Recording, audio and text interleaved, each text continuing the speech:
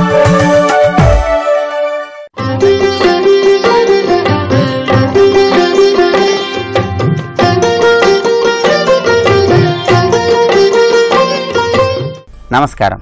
ప్రేక్షకులందరికీ శుభోదయం.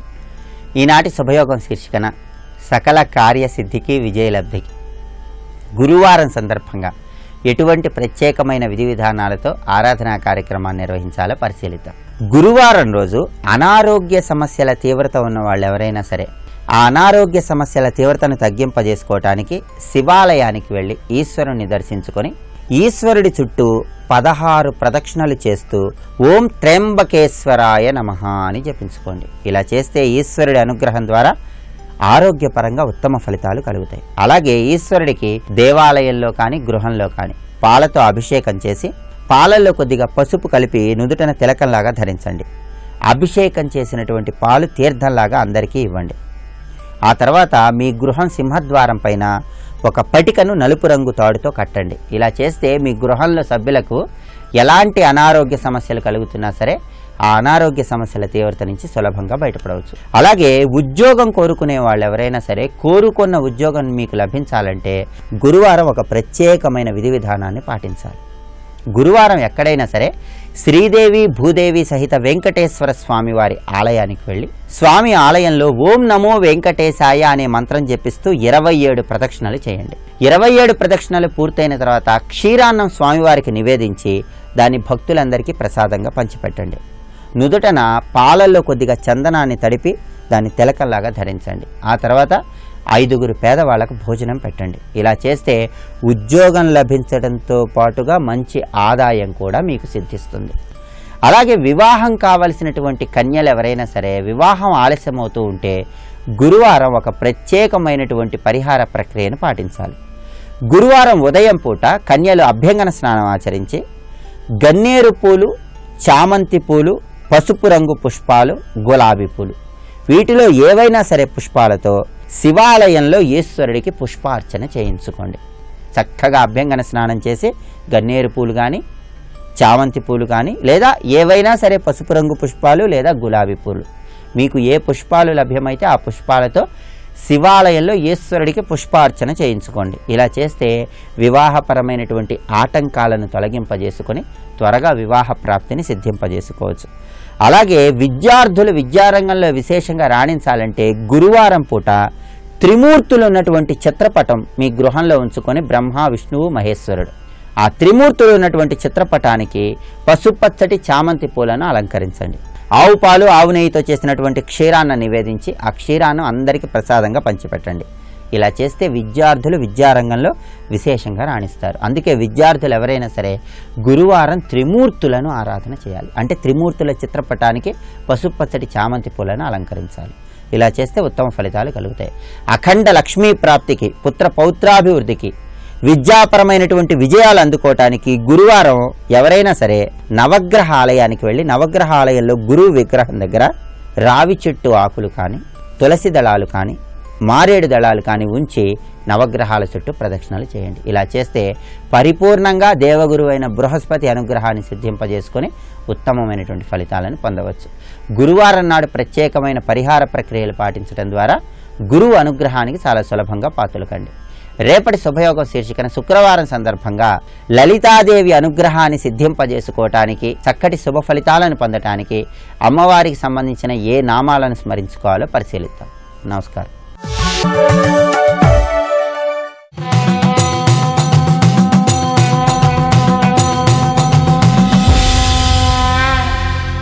శతక సాహితీ సరస్వతికి నమస్కారం. ఈప్సితార్థములిచ్చి ఇహమందు రక్షించి పరమున మీ సేవ ప్రాప్తి చేసి అగణితంబైన నీ ఆశ్రయస్థులలోన గణుతించి గ్రక్కునగా అరవించి భక్తుని కృపచూపి పరిపూర్ణమెరిగించి నిజముగా దాసుల నిర్వహించి ప్రియముతో పిలచిన ప్రేమతో పొడసూపి అభయహస్తములిచ్చి ఆదరింపు ఒరులయాచింప సేవింప ఓర్వలేక వెదకి కనుగొంటి నా పాలి వెల్పువనుచు మరల జన్మంబు లేకుండా మందుకోరి రామతారక దశరథరాజతనయా. ఓ శ్రీరామచంద్ర ప్రభు, ఈప్సితార్థములిచ్చి ఇహమందు రక్షించి పరమున మీ సేవ ప్రాప్తి చేసి నే కోరిన కోరికలన్నిటినీ కూడా సఫలం చేసి ఇహమందు రక్షించి, ఈ లోకంలో ఒక జీవి దీర్ఘకాలం జీవించాలనంటే ప్రతి క్షణము ప్రమాదములతో కూడుకున్నది ఈ జీవితం. అటువంటి ప్రమాదములన్నిటి నుండి కూడా రక్షించి నా కోరికలన్నిటినీ కూడా తీర్చి పరమున మీ సేవ ప్రాప్తి చేసి, ఈ జీవితంలోనే చేసేటువంటి కార్యక్రమాలలోనే నీ సేవని నేను పరలోకంలో చేసేటువంటి ఆ పుణ్యఫలాన్ని కూడా నే పొందేలా నన్ను అనుగ్రహించు. అగణితంబైన నీ ఆశ్రయస్థులలోన గణుతించి గ్రక్కున గారవించి. ఎంత అద్భుతమైన కోరికండి ఇది. భక్తి జ్ఞాన వైరాగ్య సంపన్నుడైనటువంటి వారికి తప్ప ఇట్లాంటి కోరిక రాదు. నన్ను అనుగ్రహించు, నన్ను అనుగ్రహించు అంటారు. దాంట్లో కూడా అగణితంబైన నీ ఆశ్రయస్థులలోన, ఇంతమంది అని చెప్పటానికి లేదు. ఈ శ్రీరామునికి ఎందరుంటారు భక్తులు? కనుక లెక్క పెట్టలేనటువంటి భక్తులున్నారయ్యా నీకు, ఎవరూ కూడా గణించలేరు. అటువంటి అగణితంబైన నీ ఆశ్రయస్థులలోన ఎందరో నిన్ను ఆశ్రయించి ఉన్నారు. అలా లక్షలు కోట్ల మంది ఉన్నప్పుడు మహర్షి గణాలు, మునిగణాలు, దేవగణాలు, గంధర్వగణాలు, సకల జీవులు కూడా ఈ శ్రీరాముని ఆశ్రయించి ఉన్నాయి. ఆయన యొక్క గొప్పదనాన్ని తెలుసుకుని ఆయన నామస్మరణ చేస్తూ ఉంటారు. ఆయనకి శరణాగతులైనారు. ఈ మహాజీవలోకాల్లో ఉన్నటువంటి ఇందరూ ఆశ్రయించి ఉంటే నా గురించి నీకు ప్రత్యేకమైన శ్రద్ధ ఏముంటుందయ్యా? అందుకని అగణితంబైన నీ ఆశ్రయస్థులలో గణుతించి గ్రక్కున గారవించి, లెక్కలేనంతమంది భక్తులున్న నీకు నన్ను కాస్త లెక్కబెట్టి ఈ భక్తులందరిలో కూడా ప్రత్యేకంగా నన్ను నువ్వు ఆదరించి ప్రేమగా చూడవయ్యా అని వేడుకుంటున్నాడు ఆయన.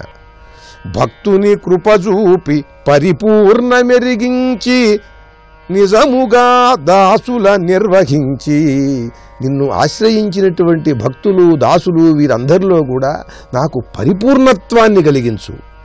నన్ను నీ కరుణతో అనుగ్రహించు. ప్రియముతో పిలిచిన ప్రేమతో పొడసూపి అభయహస్తములిచ్చి ఆదరింపు. నేను ప్రియముతో నీ మీద ఇష్టంతో నేను రామా అని పిలిస్తే నువ్వు ప్రేమతో వచ్చి నాకు దర్శన భాగ్యాన్ని కలిగించి ఆదరించవయ్యా.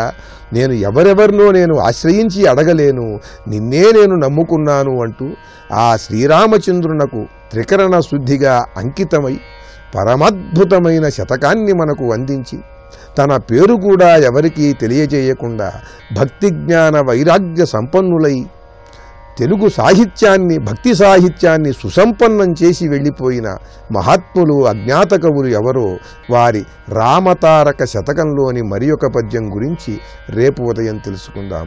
జై శ్రీరామ్.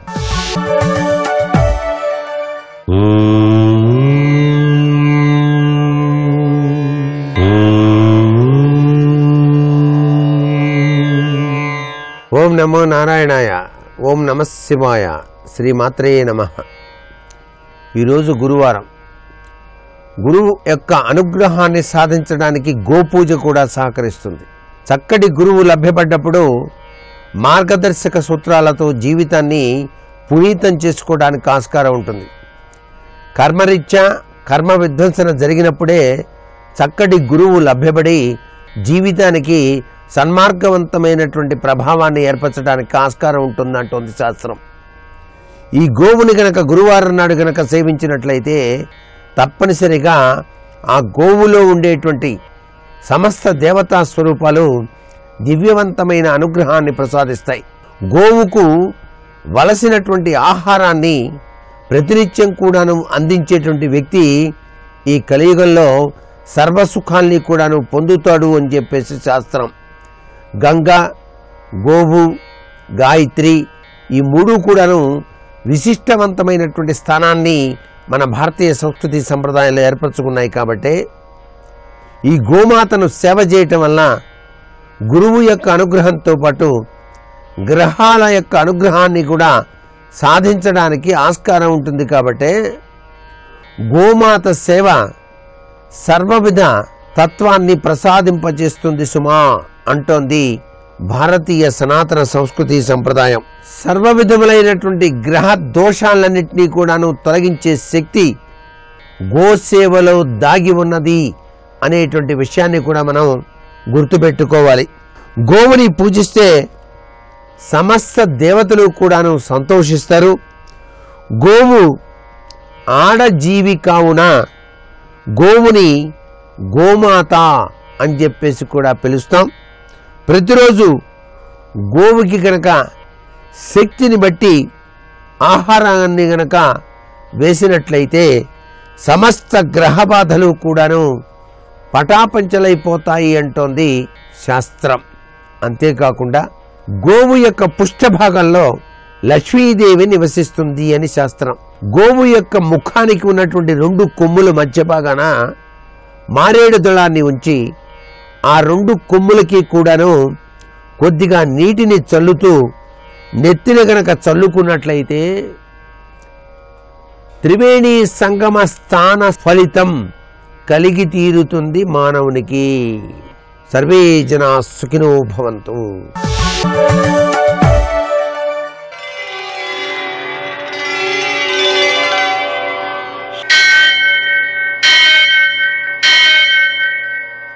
సహస్రశీరుషం దేవం విశ్వాక్షం విశ్వశంభువం విశ్వం నారాయణం దేవమక్షరం పరమం పదం విశ్వతః పరమాం నిత్యం విశ్వం నారాయణగుం హరిం విశ్వమేవేదం పురుషస్తద్విశ్వముపజీవతి పదిం విశ్వస్యాత్మేశ్వరగుం శాశ్వతగుం శివమచ్యుతం నారాయణం మహాజ్ఞేయం విశ్వాత్మానం పరాయణం.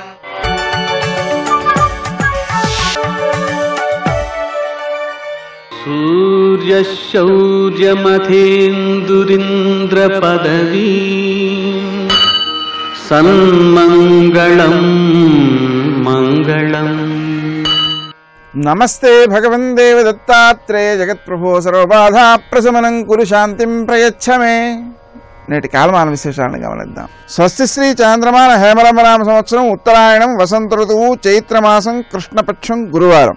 సూర్యోదయం 6 గంటలకి, సూర్యాస్తమయం 6:29 తిథి నవమి తెల్లవారుజామున 4:53 వరకు, నక్షత్రం శ్రవణం రాత్రి 1:47 వరకు, వర్జం శేషవర్జంగా ఉదయం 6:14 వరకు, మరల తెల్లవారుజామున 5:55 వరకు, దుర్ముహూర్తం ఉదయం 10:10 నుంచి 11 వరకు, మరల మధ్యాహ్నం 3:09 నుంచి 3:59 వరకు, అమృతకాలం మధ్యాహ్నం 2:44 నుంచి 4:26 వరకు, రాహుకాలం గురువారం కాబట్టి మధ్యాహ్నం 1:30 నుంచి 3 గంటల వరకు, అష్టకవర్గ రీత్యా శుభప్రదమైన సమయం ఉదయం 7 గంటలకి. నేటి విశేషాలు గురువారం. అలాగే నిన్న రాత్రి వృషభాయనం జరిగినందువలన సూర్యోదయం, ఈరోజు సూర్యోదయం నుంచి మధ్యాహ్నం 12:15 వరకు వృషభాయన ప్రయుక్తమైన విష్ణుపద పుణ్యకాలం. ఈ వృషభాయన ప్రయుక్తంగా మనం చేసేటువంటి దానాలు ఉత్తమ ఫలితాలను అందజేస్తుంటాయి. పితృదేవతారాధన కూడా ఉత్తమ ఫలితాలను అందజేస్తూ సంతానాలను అభివృద్ధిలోకి వచ్చేటట్లుగా చేస్తుంది. అలాగే వరాహ జయంతి ఉంది ఈ రోజున. కాబట్టి మనం శ్రీ వరాహాయ ధరణ్యోద్ధారకాయ నమః అనేటువంటి మంత్రంతో ఆయన్ని పూజించుకోవడం ద్వారా, ఆ మంత్రాన్ని రోజంతా జపించుకోవడం ద్వారా భూమికి సంబంధించినటువంటి చికాకులు ఏమైనా ఉన్నట్లయితే, కోర్టు కేసులు ఉన్నట్లయితే, ఇబ్బందులు ఉన్నట్లయితే, అమ్మలేకపోయినట్లయితే, మంచి స్థలం కొనుక్కుందామనుకున్నట్లయితే ఈ మంత్రాలను జపించుకోవడం ద్వారా ఉత్తమమైన ఫలితాలు సిద్ధిస్తాయి. ఇంకా విశేషించి వరాహస్వామిని మనం ఆరాధించుకోవడం ద్వారా విద్యార్థులలో చక్కని స్థిరత లభిస్తుంది, స్థిరమైన చిత్తం లభిస్తుంది. తద్వారా వాళ్ళు విద్యను బాగా అభ్యాసం చేయగలుగుతారు. గురువారం కాబట్టి దత్తాత్రేయ స్వామిని ఆరాధించుకోవడం ద్వారా శ్రీదత్త శరణమమ అనే మంత్రాన్ని జపించుకోవడం ద్వారా శివునకు శనగలతో పూజ చేయడం ద్వారా గురులకు సంబంధించినటువంటి దోషాలన్నీ తొలగిపోతాయి. అదేవిధంగా దత్తాత్రేయావతారములైనటువంటి ఆలయాలలో చక్కగా శనగ పిండితో తయారు చేసినటువంటి పదార్థాలు కానీ శనగలు పోచి కానీ నివేదన చేసి ప్రసాదంగా భక్తులకందరికీ పంచినట్లయితే ఆ గురుగ్రహ దోషాలు నివారించబడతాయి. నేటి ఆణిముత్యాలు.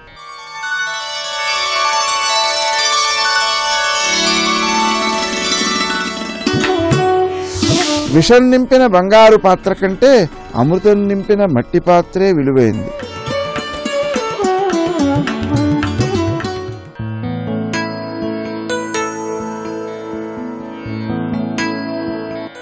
సృష్టిలో ఒక అణువైన నీ ఉనికి ఎంత అల్పమో, సృష్టికి కారణమైన శక్తి ఎంత అనంతమో తెలుసుకోగలగడమే భక్తి.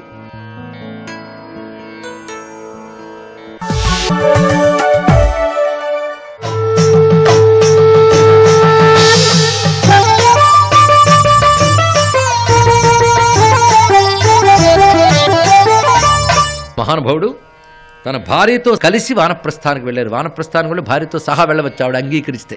మొత్తానికి వానప్రస్థాశ్రమానికి ఆయన వెళ్ళారు. అక్కడ సాధన చేసుకుంటున్నారు. ఇక్కడ తర్వాత నాన్న నీకు పట్టాభిషేకం చేస్తానంటే ఈయనేమన్నాడు అవిక్షితుడు, ఎంత కాదన్న వివాహం అంటే చేసుకున్నాం కానీ నాకు ఇంకా అంతమంది దగ్గర ఓడిపోయానన్న భావం ఉంది కనుక నేను మాత్రం పట్టాభిషేకం చేసుకోను, రాజుగా ఉండలేను.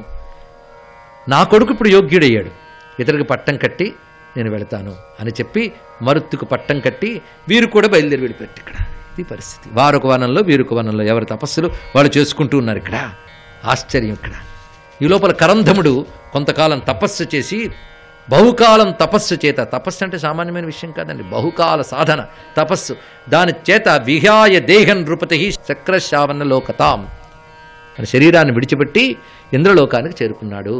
ఎవడు? మహానుభావుడైన కరంధముడు. మిగిలింది ఆయన పత్ని.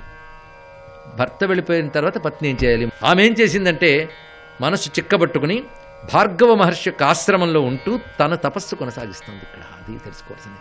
ఆ తపస్సులో ఆవిడ ఎంత గొప్పగా ఉన్నది అంటే జటావల్కలధారిణి, ఆవిడ కూడా జటిల మలపంకిని జడలు ధరించి నియమబద్ధమైన వస్త్రధారణ చేసుకుంటూ తపస్సు చేసుకుంటున్నది ఆమె. ఇక్కడ భర్త వెళ్ళిన తర్వాత తపస్సు కొనసాగిస్తోంది. ఇక్కడ ఆ సమయంలో జరిగినది ఏమిటంటే కొద్ది రోజులకి అవీక్షితుడి దగ్గర కబురు పెట్టింది. ఎవరు? వీర. వీర అంటే గుర్తుందా? కరంధముడి భార్య, అంటే మరుత్తు యొక్క నాన్నమ్మ, అంతే కదా. అవీక్షితుడు నాన్న, ఆయన భార్య వైశాలి వారివేలు, వీళ్ళిద్దరు తల్లిదండ్రులు మరుత్తుకి. నాన్నమ్మ కబురు పంపించింది, నువ్వేం రాజువయ్యా అని కబురు పంపించిందిట. ఎందుకంటే నీ దగ్గర గూఢచార వ్యవస్థ సరిగ్గా లేదు, చూసుకున్నావా అన్నదిటండి. ఇక్కడ దీన్ని బట్టి స్త్రీ రాజనీతిని ఎలా కనిపెట్టుకోవడం అనేది ఎలా కనబడుతుందో చూడండి. ఇక్కడ నువ్వు గూఢచార వ్యవస్థ సరిగ్గా లేదు, నువ్వు చేస్తున్న పని బాగోలేదు అన్నది. ఇక్కడ అసలు నేను నిజానికి ఆ విషయంలో లోపం చేశానా అని ఆలోచిస్తున్నాడు ఆయన. ఎందుకంటే ఒక రాజు ఏం చేయాలో అన్నీ చేశాడు ఆ మహానుభావుడు. అద్భుతమైన పాలన ఇచ్చాడు, ఇదివరకు ఎవరూ ఇవ్వలేదు. ఒక్క మాటలో చెప్పడం కాదయ్యా, ఆయనకున్న శక్తి ఎలాంటిదంటే ఆ రథానికి ఆయనకి కూడా సర్వలోక గమన శక్తి వచ్చింది. ఆయన యొక్క తపశ్శక్తి చేత, గుణాల చేత, ధర్మము చేత ఆయన సంపాదించింది ఏంటంటే ఆకాశ పాతాళ జల స్థల గమన శక్తి. ఇది ఆయనకు లభించింది. ఆయన కానీ ఆయన వాహనం కానీ ఎక్కడికైనా వెళ్ళగలడు. రాజ్యంలో లోటు అనేది లేదు. దున్నకుండానే పంటలు పండేవిటి అక్కడ, కావలసిన పంటలు. ఏమిటది? ఆయన యజ్ఞములు లోకక్షేమం కోసం అనేక ఇష్టాపూర్తాది కర్మలు చేశాడు. ఇష్టాపూర్త కర్మలు అంటే లోకక్షేమం కోసం చేసే పనులు, అవే యజ్ఞములు. అంటే ప్రతిదారి అగ్నిహోత్రులను ఈ పోసేయడం చెప్పడమే కాదు, త్యాగపూర్వకమైన కర్మలు ఎన్నో చేశాడు లోకక్షేమం కోసం. ఆయన స్థితి ఎంత గొప్పగా అయిందంటే రాజుల్లో గొప్పవాడు కాదు, దేవతల కంటే గొప్పవాడయ్యట్టండి. ఇంద్రాది దేవతలు ఆశ్చర్యపోయి ఆయన గౌరవించారు. అది గొప్ప విషయం. అందుకే మరుత్తరాజ్ చరిత్రంతో గొప్పది. కృష్ణ పరమాత్మ ఆయన పేరు ఎందుకు ధర్మరాజు దగ్గర చెప్పాడంటే నీకేదైనా పాపశంక దుఃఖము ఉంటే ఈ మహాత్ముడి చరిత్ర వింటే పోతుందని చెప్తున్నానని చెప్పాడు కృష్ణుడు. అది గొప్పతనం. అందుకు చెప్పుకున్నాం ఈ చరిత్ర. మనం ఒక మహాచక్రవర్తి అయిన హరిశ్చంద్రుడి గురించి చెప్పుకున్నాం, ఒక మహాచక్రవర్తి అయిన మరుత్తరాట్ గురించి ఇక్కడ చెప్పుకుంటున్నాం. ఆయన పుణ్యకర్మ చెయ్యని భూభాగం లేదన్నాడు ఇక్కడ. అంటే సమస్తమైన భూమి యందు కూడా మంచి పనులు చేసినటువంటి మహానుభావుడు. ఆయన చేసిన యజ్ఞముల చేత పవిత్రమైంది భూమి అంతా. ఆఖరికి ఇంద్రుడు ఆయన దగ్గర శిరసా వహించాడు. ఆయన సహాయం తీసుకుంటూ క్షేమంగా ఉన్నాడు. అని ఇంద్రలోకానికి కూడా రక్షణ ఇవ్వగలిగినటువంటి శక్తి కలవాడు. అంటే మొత్తం భూలోకానికి మాత్రమే కాకుండా ఉత్తమ దివ్యలోకాన్ని కూడా శాసిస్తున్నాడు ఆయన. ఇంద్రుడు ఆయనకి మిత్రుడిగా ఉన్నాడు. బృహస్పతిని ఒకసారి పిలిచాడు, యజ్ఞానికి వస్తావా అని. నాకు యజ్ఞం చేయించడానికి వస్తావా అని పిలిచాడు. ఇంద్రుడి కంటే ఇప్పటికీ గొప్పవాడు అయిపోయో, నేను వచ్చి యజ్ఞం చేస్తే ఇంకా గొప్పవాడితో నేను రాను చెప్పాటండి. ఎందుకంటే పాపాన్ని ఇంద్రుడికి పురోహితుడు కదా, రాలేదు ఇక్కడ.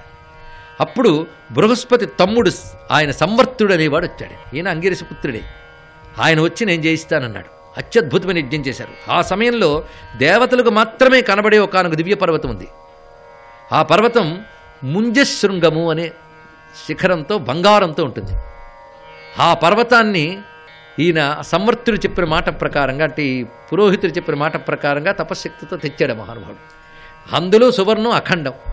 ఆ అఖండమైన సువర్ణంతో దివ్యమైన యజ్ఞాన్ని చేసి భూమిని సంపన్నం చేసి పెట్టాడు మహానుభావుడు. అలాంటి యజ్ఞములు చేసినటువంటి వాడు. అందుకే అతను చేసినవన్నీ కూడా అలౌకికమైనటువంటి అతిమానుషమైన కార్యక్రమాలు చేశాడు. ఆయన పాలనలో దివ్యమైన స్థితి లభించిందయ్యా అన్నారు. అంటే ఆ సూర్యవంశ చక్రవర్తుల్లో ఎలాంటి మహాత్ములు ఉన్నారు. అందుకే ఆ రాజులొక్కరొక్కరు నారాయణమూర్తులు అని విశ్వనాథ వారు అనడంలో కానీ, కాళిదాసు ఒక్కసారి రాముడిని తలుచుకోగానే ఆయన పూర్వీకులను తలుచుకు దండం పెట్టి రఘువంశం రాయాలనుకోవడానికి కానీ కారణం ఇది. ఎలాంటి చరిత్ర అండి ఒక్కొక్కరిది. ఇలాంటి పాలకుడు బతికి ఇప్పుడు ఏం కబురు వచ్చింది? నువ్వు గూఢచార వ్యవస్థ సరిగ్గా లేదు, నువ్వు చారాంధుడవి అన్నది ఇక్కడ. చారాంధుడు, చార అంధుడు అంటే చారులు, గూఢచారులు. వాళ్ళు లేకపోతే రాజుకో కన్ను లేనట్టు అన్నారు ఇక్కడ. గూఢచారులు అన్నీ పరీక్షించాలి, రాజుకి తెలియజేయాలి. వాళ్ళ పరీక్ష చాలా అవసరం. నీకు అది పోయింది. గూఢచార వ్యవస్థ ఏముంటుందంటే, ఎవడో వచ్చి చెప్తేనే కాకుండా నువ్వు గూఢచార వ్యవస్థ ద్వారా ఎక్కడ ఏం జరుగుతుందో తెలియాలి నీకు. అది నీకు తెలియట్లేదు. అప్పుడు ఆయన అనుకున్నాడు, రాజ్యమేలుతున్న నాకు తెలియలేదు, తపస్సు చేసుకున్న నాన్నమ్మకు తెలిసింది. ధిక్ మాం చారాంధం, ధిక్ మాం చారాంధం. చిచి ఏంటి నీ జీవితం, చారాంధుణ్ణి నేను అని ఒక్కసారి చేసి, నాన్నమ్మ ఏం చెప్పండి అన్నారు. ఫలానా చోట ఒక ఆశ్రమం ఉందయ్యా, ఆ ఆశ్రమంలో మొత్తం 8 మంది ఋషులు మరణించారు. దానికి కారణం నాగలోకం నుంచి కొన్ని సర్పములు వచ్చి కాటు వేసి మరణించాయి. నీ రాజ్యంలో ఉన్నటువంటి వారిని ఒకరు చంపడం అనేది జరిగితే దోషం నీకు వస్తుంది ఇక్కడ. అది పోవాలి అంటే చంపిన వాడిని శిక్షించాలి. అది నువ్వు చేయవలసిన పని. అది నీకు తెలియలేదే, ఇంకేం నీకు గూఢచార వ్యవస్థ నీకు ఫలానా చోటు జరిగిందన్న వార్త నీకు అందలేదే. చూసారా నెట్వర్క్ ఎంత ఉండాలో రాజుకి. దీన్ని బట్టి చూడండి ఇక్కడ తాను పాలించే దేశంలో ఏ మూల జరిగిన ప్రమాదమైనా తెలియాలి ఇక్కడ. తెలియాలి, దాన్ని సవరించగలగాలి. అది చాలా ప్రధానం. అంత గూఢచార వ్యవస్థ, నెట్వర్క్ అనేది. ఇప్పుడు ఐటీ ఇవన్నీ వచ్చాయి, అప్పుడు ఏమిటో తెలియదు. ఆ వ్యవస్థ ఎంత గట్టిగా ఉంది. ఈయన వ్యవస్థ, ఆవిడ వ్యవస్థ. ఆ మహాత్మురాలు తపస్సు చేస్తున్నా, అంతేగాని ఎలాగో తపస్సు అయిపోయిన రాజ్యం ఎలా పోతే అలా పోయింది అనకూడదు. దేశక్షేమం ముఖ్యం, అది తెలుసుకోవాలి. తాపసివైనా సన్యాసివైనా నా దేశం బాగుండాలని తపన ఉండాలి, అది తెలుసుకోవాలి ఇక్కడ. అందుకే కంచిమహాస్వామి వారు 2వ ప్రపంచ యుద్ధం జరుగుతున్నప్పుడు, ఏంటండి యుద్ధం, మీరందరూ శాంతి కాముకులు కదా, ఏమిటి అంటే, నేను సన్యాసిని కాకపోతే నేను ఆయుధం పట్టుకెళ్ళేవాడిని అన్నాడు ఆయన. ధర్మరక్షణ కోసం యుద్ధం చేయగలగాలి. ఒక స్త్రీ తపస్సునైన ఆమె రాజుని ప్రేరేపిస్తాను, చూడండి వెళ్ళు దుష్టత్వాన్ని నిగ్రహించు. అది భారతీయత అంటే తెలుసుకోండి. అందుకే కథ చెప్పాం, గ్రహించేవాడికి గ్రహించాలి. సర్వం శ్రీకృష్ణ చరణారవిందార్పణమస్తు. స్వస్తి. అదివో అల్లదివో శ్రీహరివాసము, 10,000 శేషుల పడగలమయము. అదివో అల్లదివో శ్రీహరివాసము. రోడ్డు పక్క పెరిగినటువంటి ఒక ఉమ్మెత్త చెట్టుకి పూసినటువంటి తెల్లని ఉమ్మెత్త పువ్వు యొక్క పొరలో అంత తెల్లని తనాన్ని నింపినటువంటి అమ్మవారు ఉందే, ఆవిడ నాకు ఉమ్మెత్త పువ్వులో దర్శనమిస్తోంది అన్నారు. నిన్నటి రోజున ఇంత చిన్న మొలకగా ఉన్నటువంటి గడ్డి పరక పెద్దదైతే, దాని మీద మంచు బిందువు పడితే, దాని మీద బాలసూర్య కిరణములు పడితే, ఆ పచ్చగడ్డి మెరిస్తే దాన్ని అనుభవించాడు ఒక కవి. ప్రాతర్వేళల మంచు చింకు గుమిజొంపంబైన లేబచ్చికల్ శ్వేతశ్రీ తిలకించుటెంతయురహించన్ సర్వభూతంబులం సీతశ్రాంతి వడంకతాన చలయై చిల్వొందు భూదేవికిన్ సీతర్తు ప్రభుడిచ్చు వజ్రముల రాశింబోలె నల్వంకలన్నన్నాడు. శీతర్తు ప్రభుడు అంటే ఈ శీతాకాలమునకు అధిపతి అయినటువంటి ఋతుస్వరూపం ఏది ఉంటుందో ఆయన చూశాట. ఓహో, నేను రాగానే శరత్కాలంలో హేమంత ఋతువులో అందరూ కూడా ఉహుహు అని వడకలోక ముర్వీనాథ, లోకమంతా వణికిపోతుంటే ఈ భూదేవి మాత్రం వణకకుండా అలాగే నిలబడింది. ఇంత చలిని తట్టుకుంది. రాత్రి కంబళీ కప్పుకుందా, పరుపేసుకుందా, అయినా తల్లి కదలలేదు. నా ధాటికి కదలని తల్లి కాబట్టి ఈవిడ్ని నేను అనుగ్రహిస్తున్నాను, బహుమానం ఇస్తున్నానని వజ్రముల రాశి తీసుకొచ్చి పోశాట. ఆ వజ్రముల రాశియే పచ్చగడ్డి పరకల మీద మెరుగులు పొందుతున్నటువంటి ఆ సూర్యకిరణముల చేత ప్రకాశిస్తున్నటువంటి మంచు బిందువులు అన్నాడాయన. ఉమాసహస్రంలో కావ్యకంఠ గణపతి ముని పెరుగుతున్నటువంటి పచ్చగడ్డి పరకలోని ఆకుపచ్చతనంలో పరదేవత నాకు దర్శనమైంది అన్నారు. చూడగలిగిన కన్నున్నవాడికి పరమేశ్వరుడు నిరంతరం కనపడుతూనే ఉంటాడు. అందుకే ఉపనిషత్తు ఒక మాట అంటుంది, ఈ జగత్తంతా కూడా యజమానిని గుర్తు చేయగలిగిన సాధన సంపత్తి అంటూ. నమో వృక్షేభ్యో హరికేశాయోపవీతిని పుష్టానాం పతయే నమో నమో అంటుంది రుద్రం. ఒక చెట్టు, ఆ చెట్టుని చూస్తే అంత అందంగా చెట్టుని తయారు చేసిన యజమాని ఆ శిల్పి గుర్తు రావాలిగా. ఒక గొప్ప సౌధం చూసామనుకోండి, బా ఎవరండి ఇంత గొప్పగా కట్టారు ఈ సౌధాన్ని అంటామా అనమా? ఒక వస్తువుని చూడగానే దాని ప్రకాశమును బట్టి దాని యజమానిని జ్ఞాపకం చేసుకుంటాం, ఎవరండి దీని యజమానిని. ఇన్ని వస్తువులను జగత్తు యందు చెక్కినటువంటి ఆ అపురూపమైన శిల్పి ఒకడున్నాడే, ఆ శిల్పిని జగత్తు యందు చూస్తున్నవాడెవరో వాడే విశ్వమునందు విశ్వనాథుణ్ణి పరికిస్తున్నవాడు. వాడికి కేవలము పూజాగది అక్కర్లేదు, వాడికి ప్రతి ఊపిరిలో వాడు భగవంతుణ్ణి చూడగలడు. మరాళి మందగమన అని లలితా సహస్రంలో భాస్కరరాయల వారు వ్యాఖ్యానం చేస్తారు. తమ ఊపిరులలో అమ్మవారి పాద మంజీరముల యొక్క శబ్దమును వినగలిగినటువంటి యోగి పుంగవుడెవరో వాడు ధన్యుడు. అది భక్తి. పోతన గారు భాగవతం చేస్తూ అష్టమ స్కంధంలో మాట అంటారు, పానీయంబులు త్రాగుచున్ కుడుచుచున్ భాషించుచున్ హసలీలా నిద్రాదులు చేయుచున్ తిరుగుచున్ రక్షించుచున్ సంతత శ్రీనారాయణ పాద పద్మయుగళీ చింతామృతాస్వాద సంధానుండై మరచన్ సురారిసుతుడే తద్విశ్వమున్ భూవరా. ఇది భక్తి అన్న మాటకు అర్థం. మనం పరమేశ్వరుణ్ణి విడిచిపెట్టి కేవలముగా జగత్తు యందు ఉండేటటువంటి భోగస్థానములకు మమేకము చెంది ఈశ్వరుడిచ్చిన ఏ విభూతి అయినా నాది అని గుండెల మీద చెయ్యి వేసి చరిచి మాట్లాడతాడు. అది అహంకారం.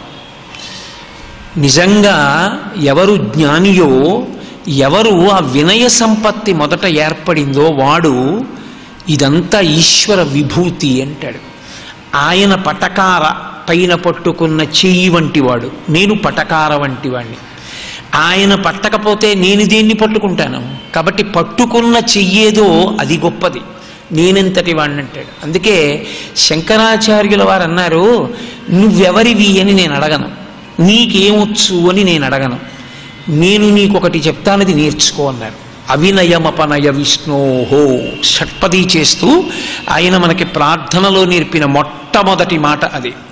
అవినయమపనయ విష్ణోహో, ఆయన వినయం ఇయ్యి అని అడగలేదు. అది జగద్గురువులు. వినయాన్ని ఇవ్వక్కర్లేదు. చీకటి పోవాలి అంటే సూర్యుడు వస్తే చాలు, ఇంకా ప్రత్యేకంగా ఏమీ అక్కర్లేదు.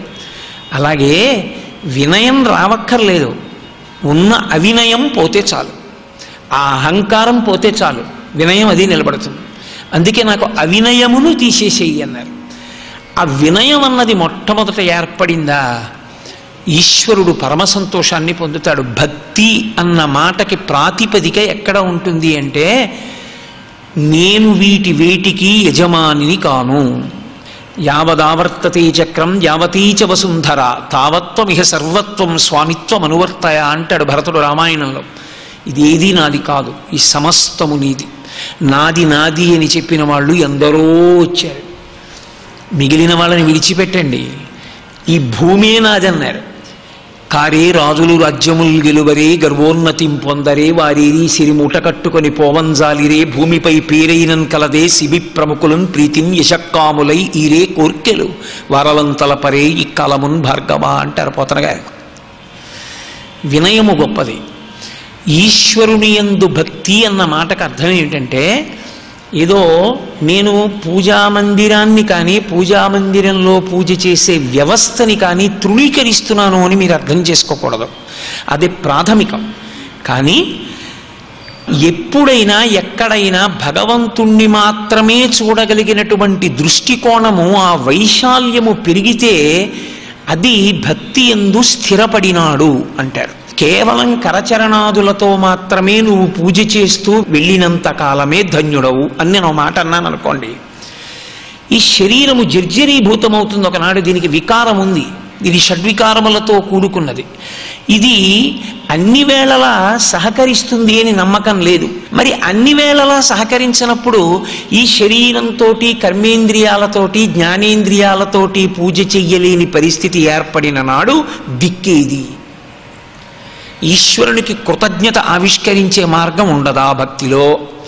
అందుకే ఒంట్లో ఓపికండగా చేసేటటువంటి భక్తి ఓపిక ఉడిగిపోయిన తరువాత నిలబడగలిగినటువంటి స్థాయి కోసమని చేసే ప్రయత్నం యథార్థమునకు అది. అందుకే అన్ని వ్రతాలలోకి గొప్పదేది అంటే ఏకాదశి వ్రతం అంటారు. ఏకాదశి వ్రతం చాలా కష్టం అండి అంటారు. ఏం చేయాలండి ఏకాదశి వ్రతం అని అడిగారు అనుకోండి నన్ను. నిర్జలోపవాసం చెయ్యండి అని నేను చెప్పవలసి ఉంటుంది యథార్థానికి. నీళ్లు కూడా పుచ్చుకోకండి. ఏకాదశి ఉపవాసం చేయడమే వ్రతం అంతే. ఏకాదశి అంటే 11 ఇంద్రియములను వెనక్కి తీయాలి. 5 జ్ఞానేంద్రియములను, 5 కర్మేంద్రియములను, మనస్సుని వెనక్కి తీసి ఈశ్వరుని యందు పెట్టాలి. ప్రయత్నపూర్వకంగా దీని బాధకి సాక్షిగా నిలబడి భగవంతుని యందు నిలబడగలగాలి. దేనికి సాధన అంటే ఒకనాడు ఇది ఇంట్లోంచి బయటికి వెళ్ళాలి కాబట్టి. అప్పుడు తేలికగా మనసు నిలబెట్టడానికి ఇప్పుడు సాధన. ఏ సాధన చేయకుండా అప్పుడు ఎప్పుడో నిలబడుతుందంటే దంతంబుల్ పడనప్పుడే తన ఉయందారూఢియున్నప్పుడే కాంతాసంఘము రోయనప్పుడే జరాక్రాంతంబు కానప్పుడే వింతల్ మేన చేయించునప్పుడే కురుల్ వెల్వెల్ల కానప్పుడే చింతింపన్వలమీ పదాంబుజములన్ శ్రీకాళహస్తీశ్వర అంటాడు దూర్జటి. కాబట్టి సాధన అన్నది మనోసంబంధము.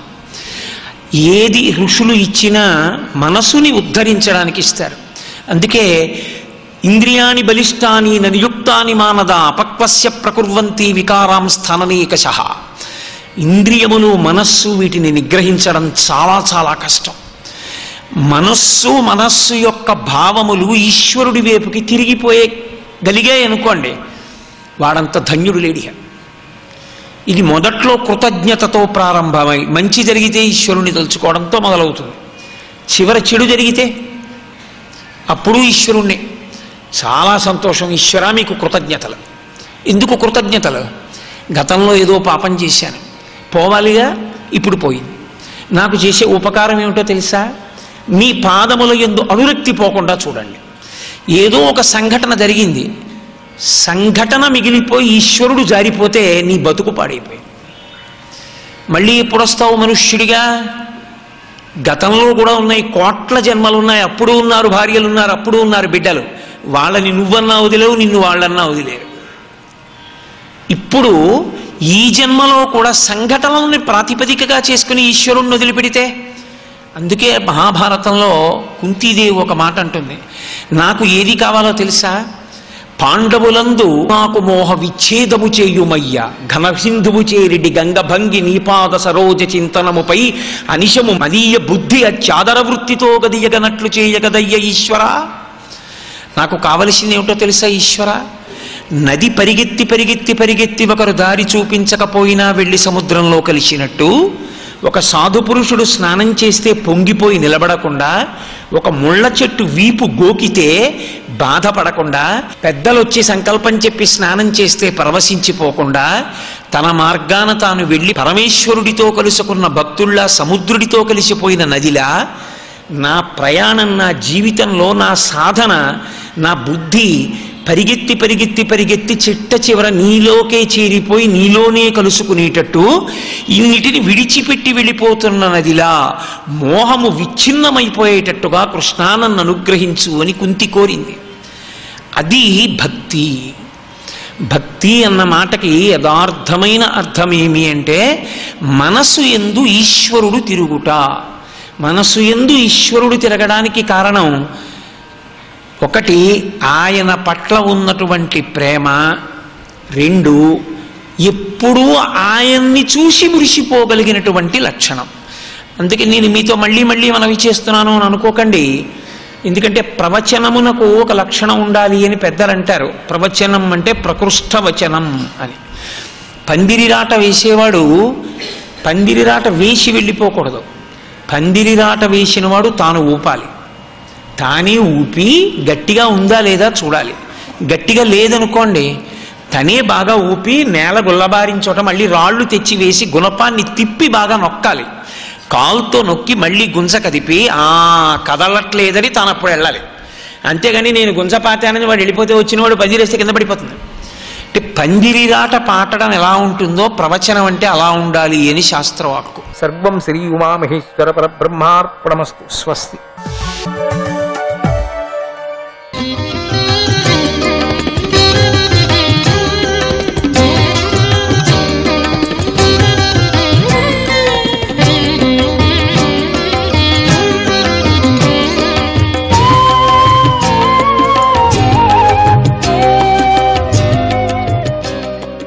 విక్రమాయ నమః.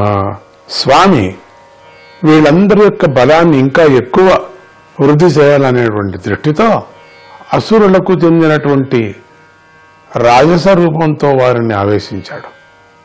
అలాగే దేవతల బలాన్ని ప్రభావాన్ని వృద్ధి చేయటం కోసం దైవీ శక్తితో వారిని ఆవేశించాడు. ఒక్కొక్క విచిత్రమైనటువంటి ఆకారాలతో ఆ శక్తిని ఆవేశించి నిద్ర అనే రూపంతో అంటే తామస శక్తితో నాగరాజైన వాసుకిని ఆవేశించాడు. అట్లా ఏమైనా ఆవేశించకపోయినట్టే వాసుకి చచ్చిపోయేవాడు కదా. స్వామి ఆవేశించాడు నిద్రమత్తులో.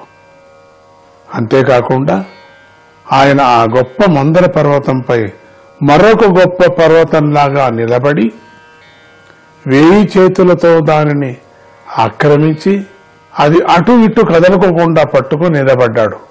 అప్పుడు ఆకాశంలో బ్రహ్మదేవుడు, రుద్రుడు, ఇంద్రుడు మొదలైన వారు ఆ దేవదేవుడికి అభిముఖంగా నిలబడి ఆయనను స్తుతిస్తూ ఆయనపై పుష్పవర్షాన్ని కురిపించారు.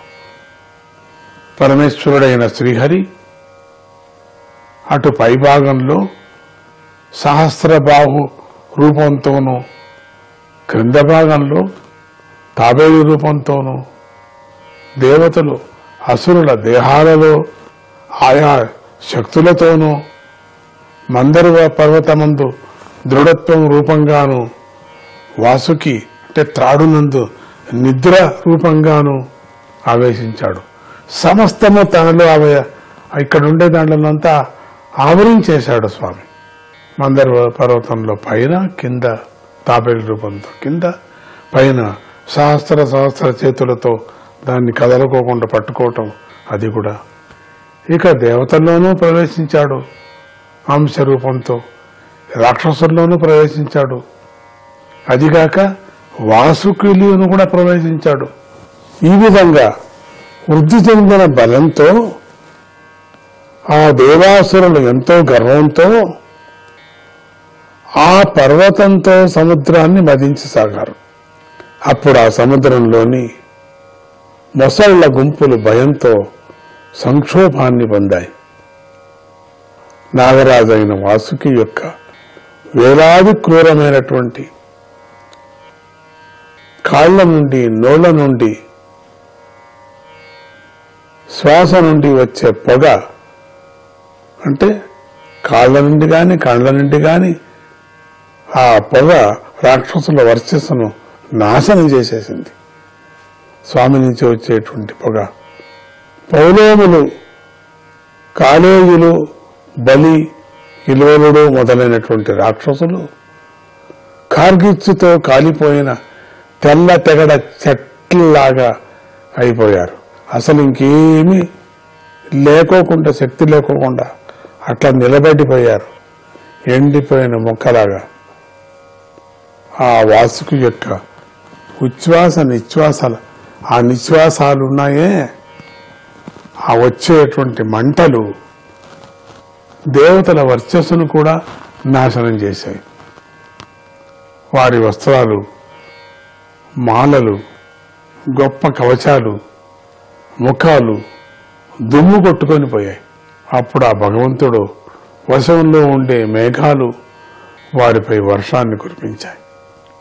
చల్లని వాయువులు సముద్ర తరంగాల మీదుగా వీసి వారికి సేద తీర్చాయి. దేవదానవ సేనానాయకులు ఈ విధంగా శ్రమించి సముద్రాన్ని మతించినప్పటికి కూడా అమృతం పుట్టలేదు.